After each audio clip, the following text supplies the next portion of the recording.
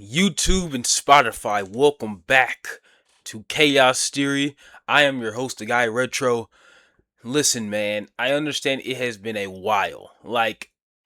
It's been hard for me to even think about a podcast or even think about anything internet related.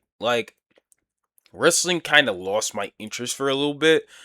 I don't know what had happened. There was a lot in my life that kind of just shifted towards whatever it was, and I couldn't figure out what I wanted to do. And don't think I haven't been thinking about this podcast, right? Because I skipped working out to do this podcast, which is something that I normally don't do. My camera's all just it doesn't want to go straight. Um it's been a lot, right? And I have kind of dealt with everything kind of privately to come back here today. Now, there's a lot that's been happening in wrestling. Obviously, you guys see me do crime and stuff like that. And we're gonna continue doing that, of course. It's gonna be a wild journey. I'm trying to make my podcast as long as I possibly can and extend my talking points for as long as I can instead of just rambling. And I want you guys to really understand what I'm trying to convey and understand what I'm saying as opposed to trying to figure it out and put all the pieces together and whatnot. Because let me tell you guys why I stopped prioritizing my podcast as much as I did. It came to a point where I got so insecure about the way I sounded, so insecure about my talking points, insecure about my face, insecure about, where this was going. Because truth be told, I didn't know where this podcast was going to go. I know a lot of people that watch me and what they're into and how they would want to do it. I mean, obviously, this is my channel, it's my podcast. I'm going to do what I so please and how I see it fit, but it's just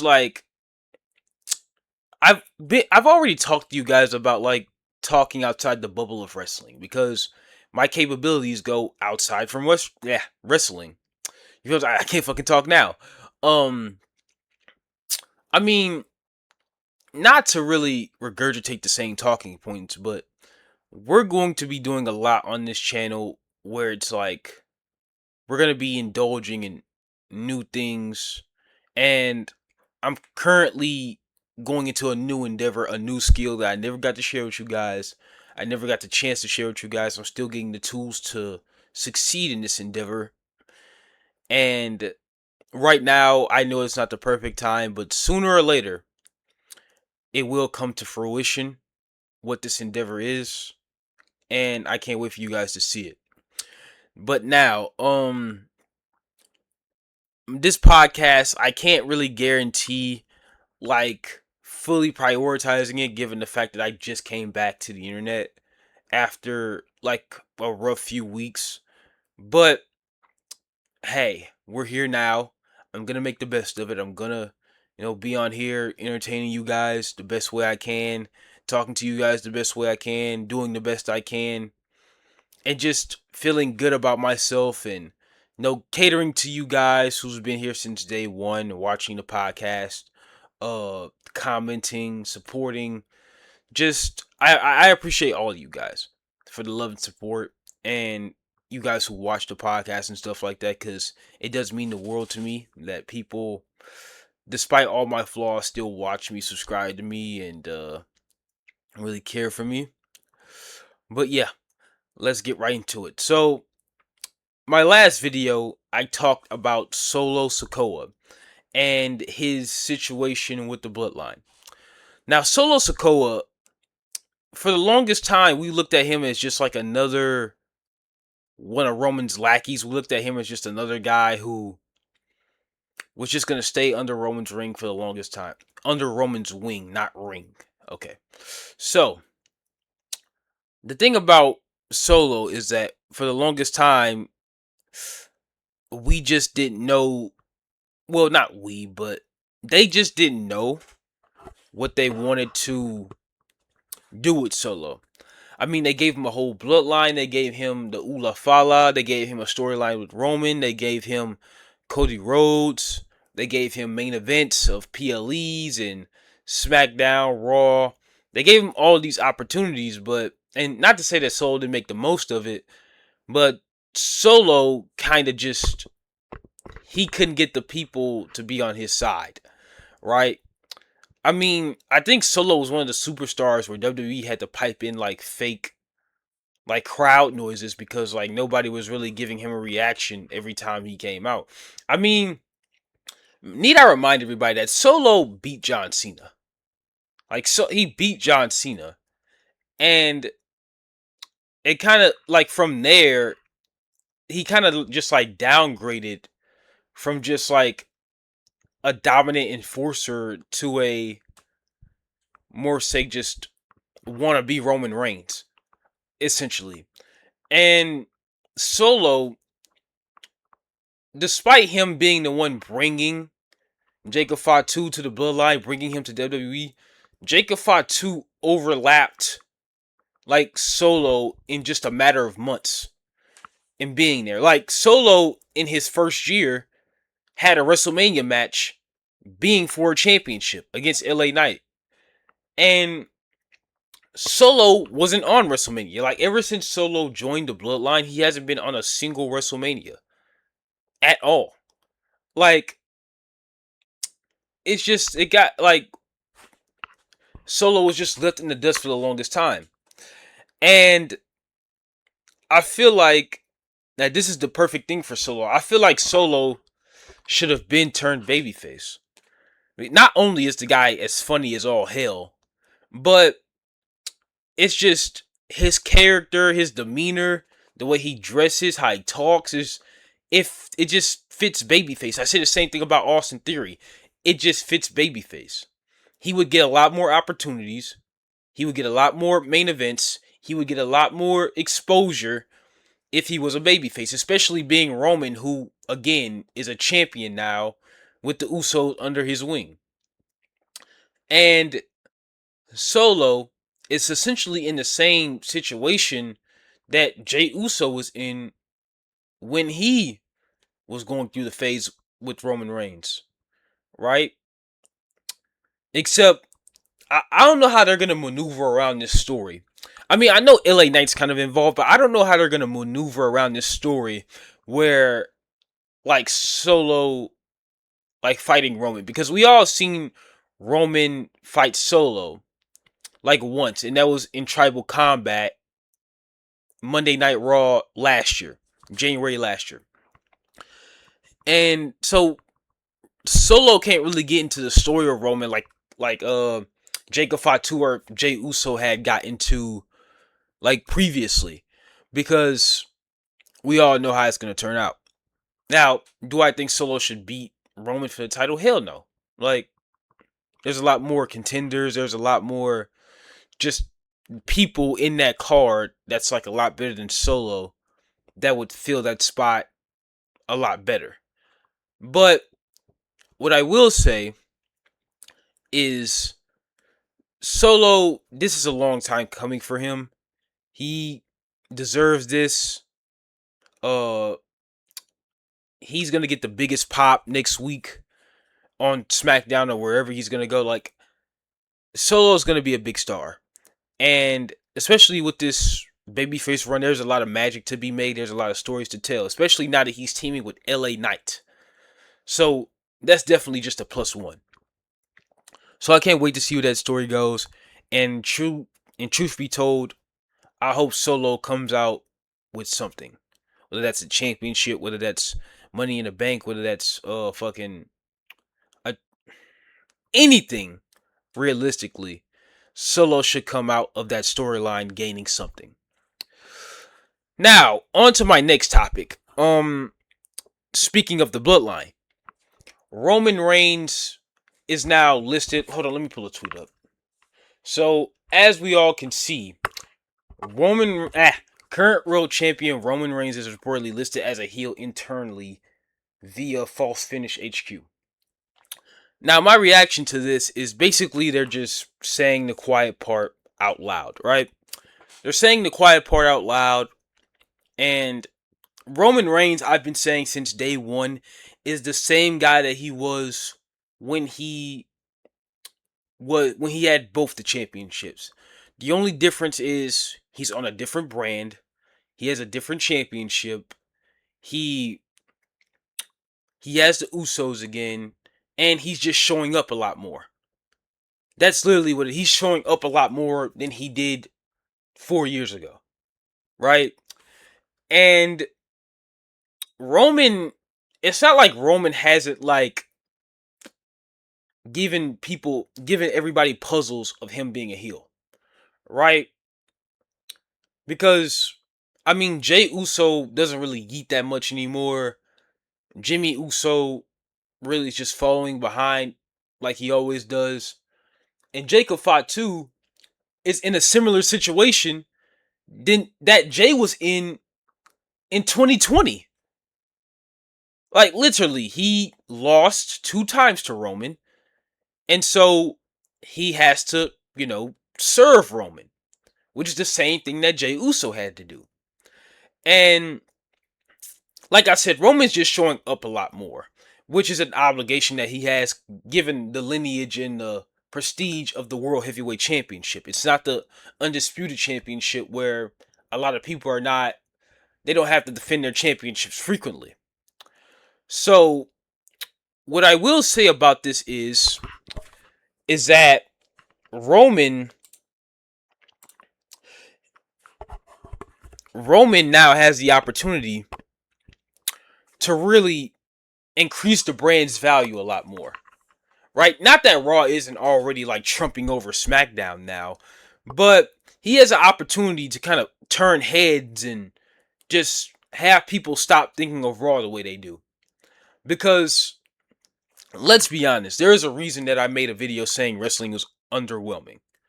Right? Because at that time, him and Seth Rollins wasn't really building their feud the right way. They were getting celebrities involved. WWE was essentially a shit show, inviting all types of celebrities. They had Ryan Garcia on there for some reason. Like, we didn't know what the fuck was going on, right? There were too many aspects and too many unnecessary things on television.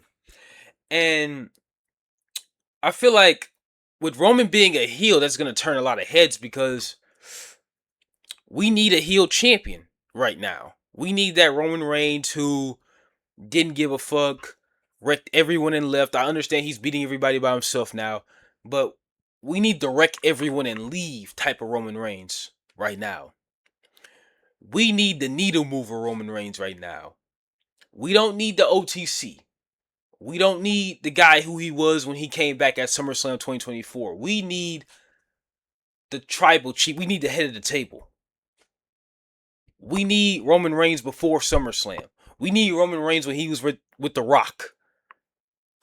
Like, and I feel like that was the downfall of kind of Roman's character. Because when The Rock got involved, he immediately downgraded to like a level that was below The Rock's. I mean, The Rock's star power is unmatched. But what I will say is that a heel Roman Reigns would just not allow anybody to trump over him, regardless of who it is and what it is, whatever the case may be. So, I feel like Roman should kind of find that person within that really doesn't give a fuck about the crowd anymore, who gives a fuck about, the locker room anymore. Somebody who just very demanding, very outspoken, right? That's the Roman Reigns that we need right now. And I'm glad that he is listed as a heel. Because truth be told, we were all bored. We were all bored. And I'm glad that Solo Sikoa, like I said, is essentially in a story to where he's not going to fall in line. Because Roman is really great at what he does. And hey, I can't wait to see what's next. Liv Morgan, right? Liv Morgan has been somebody who she's been underrated for the longest time. She's been proving a lot of doubters wrong. And truth be told, I believe that she deserves the success that she's gotten right now. And every other success that she's had in her career, might I add. But right now, it's just something about her is just not clicking. Not even including the fact that it took her 100 days to start defending her championship. But I feel like she's being pushed down our throats a little too much, right? And Raquel's a champion now, and Becky Lynch is back. Stephanie Vaquer is back. I feel like WWE's just like making her really pretentious, and I mean, I could be wrong, but the company is just coddling her so much. And I want to remind you guys that, like, she is not all that over. She's not as over as Becky Lynch. She's not even over as much as Stephanie Vaquer. And Stephanie Vaquer came on the roster not even a year ago. So it's hard to say, it's hard to call, because Liv Morgan is just, everything about her right now, it just doesn't click. I mean, I don't know. She doesn't need to be champion right now. She doesn't need to be champion. She's had the ball for the longest time. I mean, yes, she had the championship for all of last year. I mean, she is what, a 4-time women's tag champion. That's the most of any tag team champion. And she's essentially breaking down doors. But what I'm saying is that she's hogging the ball a lot, and TKO is allowing this. And Liv Morgan right now, I just don't look at as championship material, because she's not. I mean, obviously there's sex appeal in wrestling. Obviously there's the pretty privilege. She has a great in-ring skill. She's involved in a great thing with the Judgment Day, with Dominic Mysterio, so on and so forth. But with her character, her demeanor, and her just childlike mind, it's just, she does not have the appeal of a champion right now. Stephanie Vaquer, she does. Becky Lynch, she does. Fucking AJ Lee, she does. But her in particular, it's just that championship does not need to be on her. She is not somebody who I would look at as a dominant champion. She doesn't need to have the championship as long as she's had it. I mean, it's not ideal for her to be champion right now. I feel like it should be taken off of her as soon as possible. I'm not gonna lie. And that's not even me trying to hate on her. It's just more so like, how do I say this? It's more so like, it's me saying the quiet part out loud, essentially. But yeah, damn, my camera's just being weird today. Next topic I want to talk about is Dominic Mysterio and El Grande Americano. Now, with this whole thing, I do feel like it's a good thing for Dominic and El Grande Americano, because El Grande Americano has been, well, Ludwig Kaiser has been the biggest thing for AAA for forever. Like, especially ever since Ray became general manager. And El Grande Americano definitely deserves to be Dominic Mysterio, because it's not even just Liv Morgan. It's more so a curse within the Judgment Day of them just not defending their championships. Like, and I don't know what's going on. Like, when they had the tag team titles, they weren't defending them either. But, whatever. El Grande Americano is 10 times more over than Dominic Mysterio and anybody else in AAA. And I say that with absolute certainty. Dominic Mysterio was just on a PLE fighting Danhausen. Like, fighting Danhausen. Now, Danhausen is pretty over. Nobody's denying that. He's pretty over. He sells merch like a motherfucker. And he's funny as living shit. But Dominic Mysterio, he's a world champion right now. This guy is holding a championship that his father never got to hold. So, if we're putting him on that pedestal, then we should be holding him to a higher standard than they're holding like Roman or somebody right now. Because Dominic is the future. Dominic is somebody who who claims that he's the greatest Mysterio of all time. And he should be treated as such. This shit is hurting my hand holding it like that. He should be treated as such. And El Grande Americano, which was meant to be a joke gimmick, is now over, and El Grande Americano is showing a lot more love to the Lucha Libre culture now. And I obviously feel like he should be the one representing AAA. Yeah, so I feel like El Grande Americano is just, he overlaps everything, and I feel like him being champion would be good for AAA, and that's really all I have to say about that. Because Dominic, he needs to be involved in the world title scene now, if I'm being real. Like, he's already had the Intercontinental Championship twice, his first reign being, like, his longest one. And I feel there's nothing really much else for him to do, aside from put him in the World Championship picture. I mean, we've been talking about it for forever. I mean, is it unideal because, Roman Reigns is the champion? Absolutely. But what I will say is that Dominic gets a good enough crowd reaction, to not only be in a picture for a world championship, but essentially he has the resume, right? He's been a SmackDown Tag Champion, North American Champion twice, Intercontinental Champion twice, and he's a current World Champion for AAA.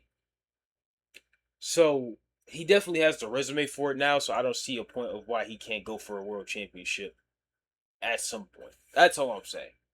Here's another thing that I wanted to react to. Something that Ricochet said. So Ricochet, in response to Paul Heyman saying that WWE answers to shareholders first, says that AEW is the greatest promotion in the world, so they answer to the fans, not shareholders. Let's read the exact tweet. So, we're the greatest wrestling company in the world, so no, we do not answer to shareholders, we answer to our fans, because they're the ones who deserve it. Now, that is, how do I say this? That is 50-50 truth. But the thing is that TKO, like I said before, just want to profit off of people's money. And I feel like I'm not saying anything that people in the comments of this or people who are in the IWC don't think.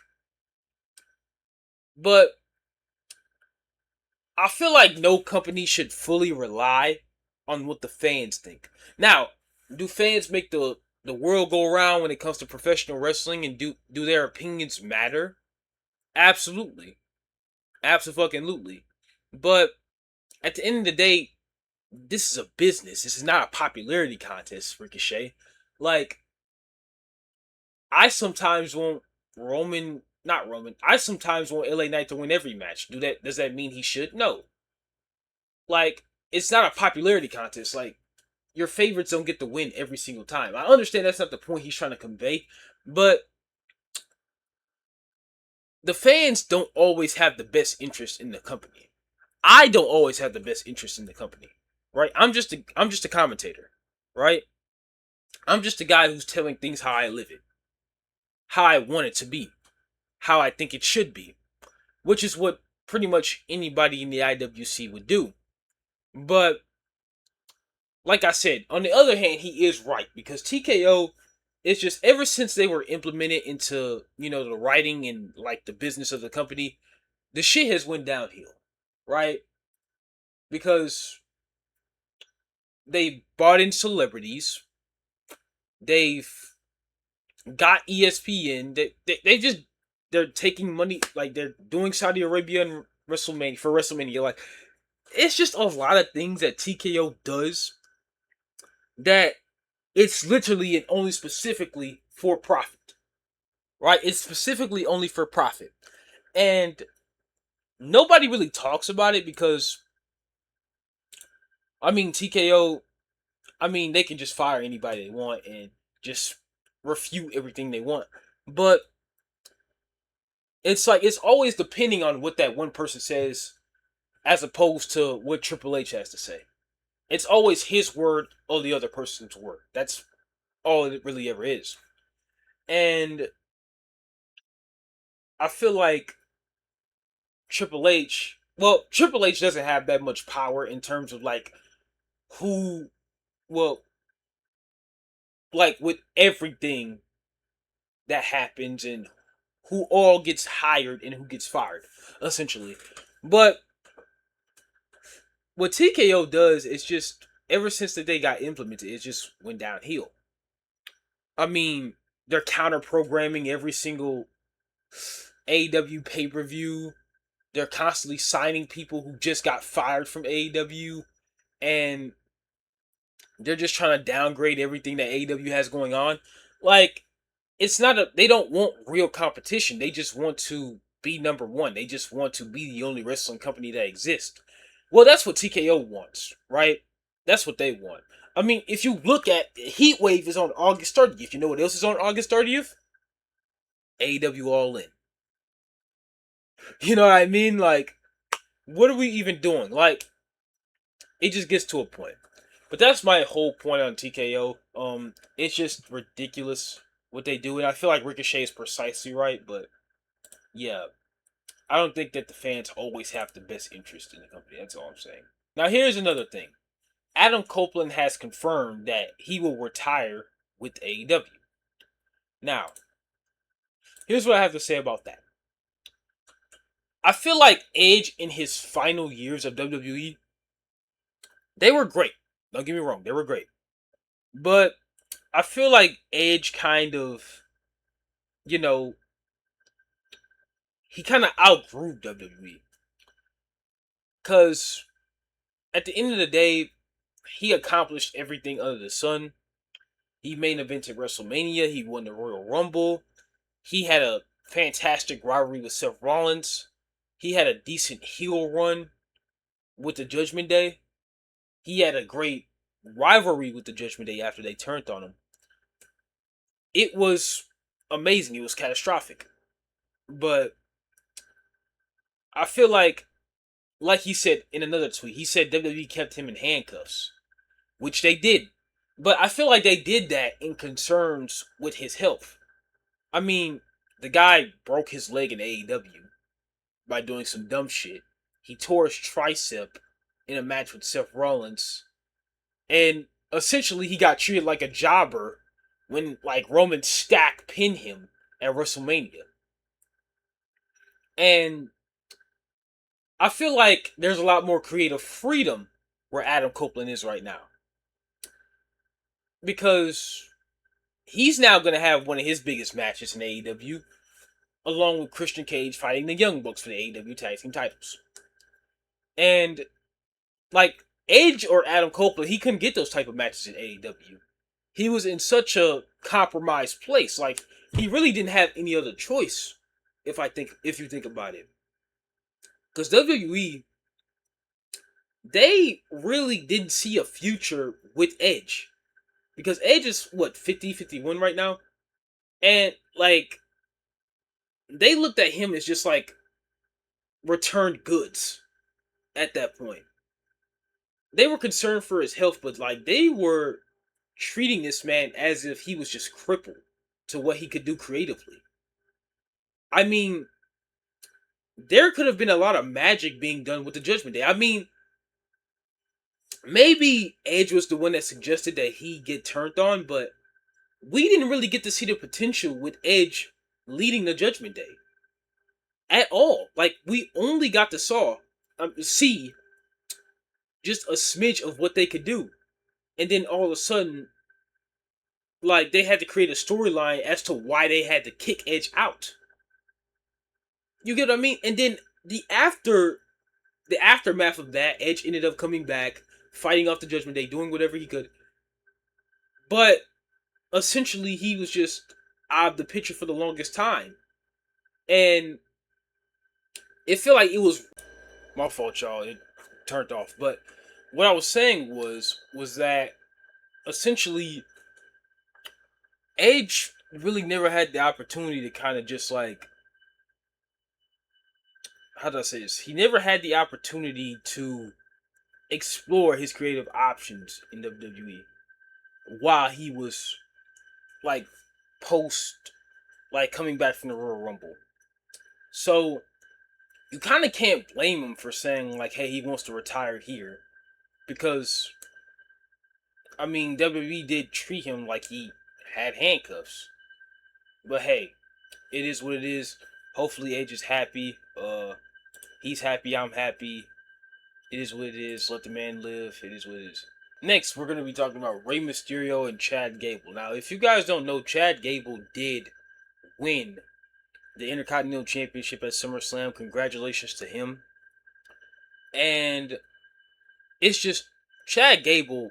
That was a long time coming. Like Chad Gable, one of the best workers, one of the best like technical wrestlers in the company right now.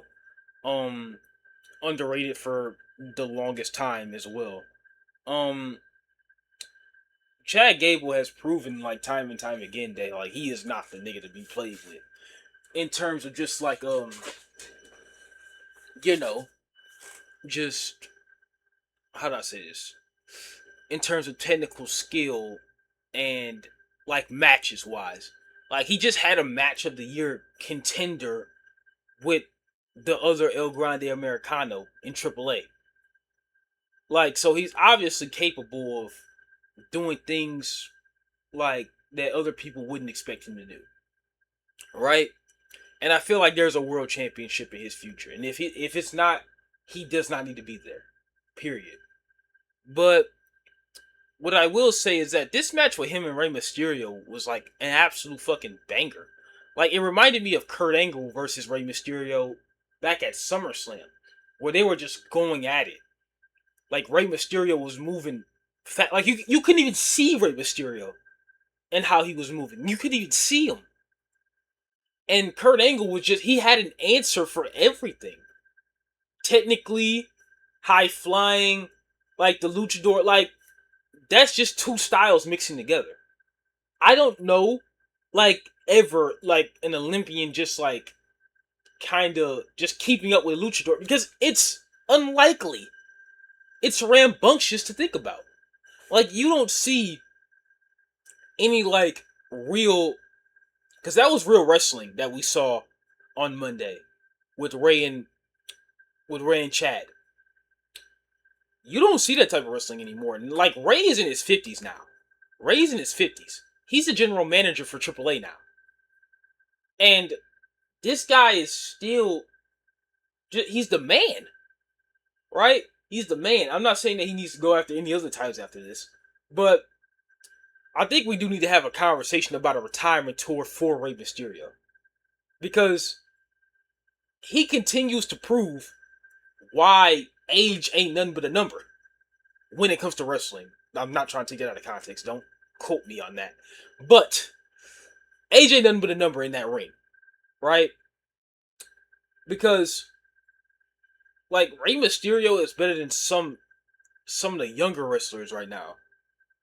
And Chad Gable, I don't care what anybody says, that guy is the best technical wrestler in the company. I mean, some of you can say Seth Rollins, some of you can say uh any other, I don't know any many more technical wrestlers in the company right now.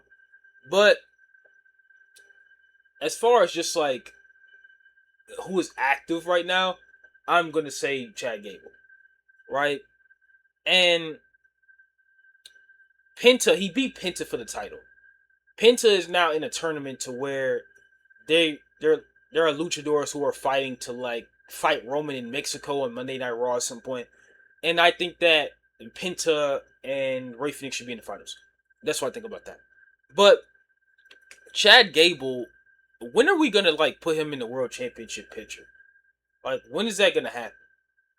I mean, there's nobody putting on the better matches than him. Nobody's putting on a better show than him. Nobody is essentially just giving it their all in that ring, night in and night out, more than Chad Gable. Because I'm not saying that he has to wrestle every week, but he should wrestle more often, right? Because like if there's anybody who's giving WWE these matches and WWE these nights to never forget, it is indeed Chad Gable. So that's why I think about that, and hopefully WWE continues to capitalize on it. Here's another thing I want to talk about, right? Let's talk about Big Cass. Now, he ended up returning, what, 2, 3 weeks ago? And there's a few people who are happy with it internally, but internally and externally, there's one person who just cannot stand this nigga. And that is Corey Graves. Now, if you guys don't know why, Corey Graves is married to Carmella and has kids with her. And Big Cass had a previous relationship years ago with Carmella. It was toxic. It was overall just bad. And the totality of the situation ended up with Big Cass ended up like physically doing something to Carmella backstage, and that led to the Usos, Eric Rowan, and other parties getting involved. And essentially that led up to him getting fired, along with other things too. I mean, he had an alcohol problem, and he also went off script with like some type of little person, and like the commentator team was mad at him. Vince was mad at him after he gave him simple instructions. All those other things are factors as to why he got fired. Now, ever since then, he's gotten into better shape. He went to TNA, he went to AEW, did his thing there, and now he's back in WWE. And well, let me just start off. He originated with Enzo Amore, and they were essentially the most popular tag team at one point, getting over with the crowd every single week. You know, he's 7 foot tall. You can't teach that, man. Y'all niggas know how the shit went. And essentially, Corey Graves has just been on 10 with this nigga ever since that he returned. Like, the night that he returned, Corey Graves didn't say he didn't say a thing. Right? He didn't say a thing. And he gave, the very next week, he was essentially calling him a coward. And like, let me just say this. What's really crazy about it, is Corey Graves is essentially a heel commentator. Like, he always goes for the heels, which is crazy. I'm not saying that he's not being professional in talking about Big Cat, because he is. But what I'm saying is that this is kind of out of character for like him, because maybe the company just told him to like be completely honest about how you feel. Just don't say no shit that's out of line or has anything to do with your marriage. Because she's not working with the company right now. She's doing other work. Congratulations to her. Hope the kids are doing all right. But with Corey Graves, it's just more so is beef. Like, you can't get me to say anything nice about this nigga, right? And I wonder, like, well, Corey Graves needs to come out of retirement just specifically for this. Fuck what y'all niggas said. I think that he should come out of retirement just for that reason alone, to fight Big Cass, because obviously it's not gonna get any better progressively. When it comes to that, and they don't really have to like each other, but it's a great business opportunity. I mean, you want the numbers, you want, the storyline, it's there. I feel like Big Cass should fight Corey Graves. Corey Graves should come out of retirement, right? I mean, Pat McAfee did it. Why can't he do it? Like, that's kind of what I think about it, essentially, on some funny shit. But yeah, Javon Evans, what are we doing with him on that subject? Because the guy's getting attacked every single week. They're treating him like they did Bryan Danielson before he left, right? Just not winning any championship matches, just getting squashed every single opportunity. Obviously, you guys know how I feel about him being in NXT, where I think he should have won an NXT championship or any championship. Javon Evans has been overlooked for the longest time.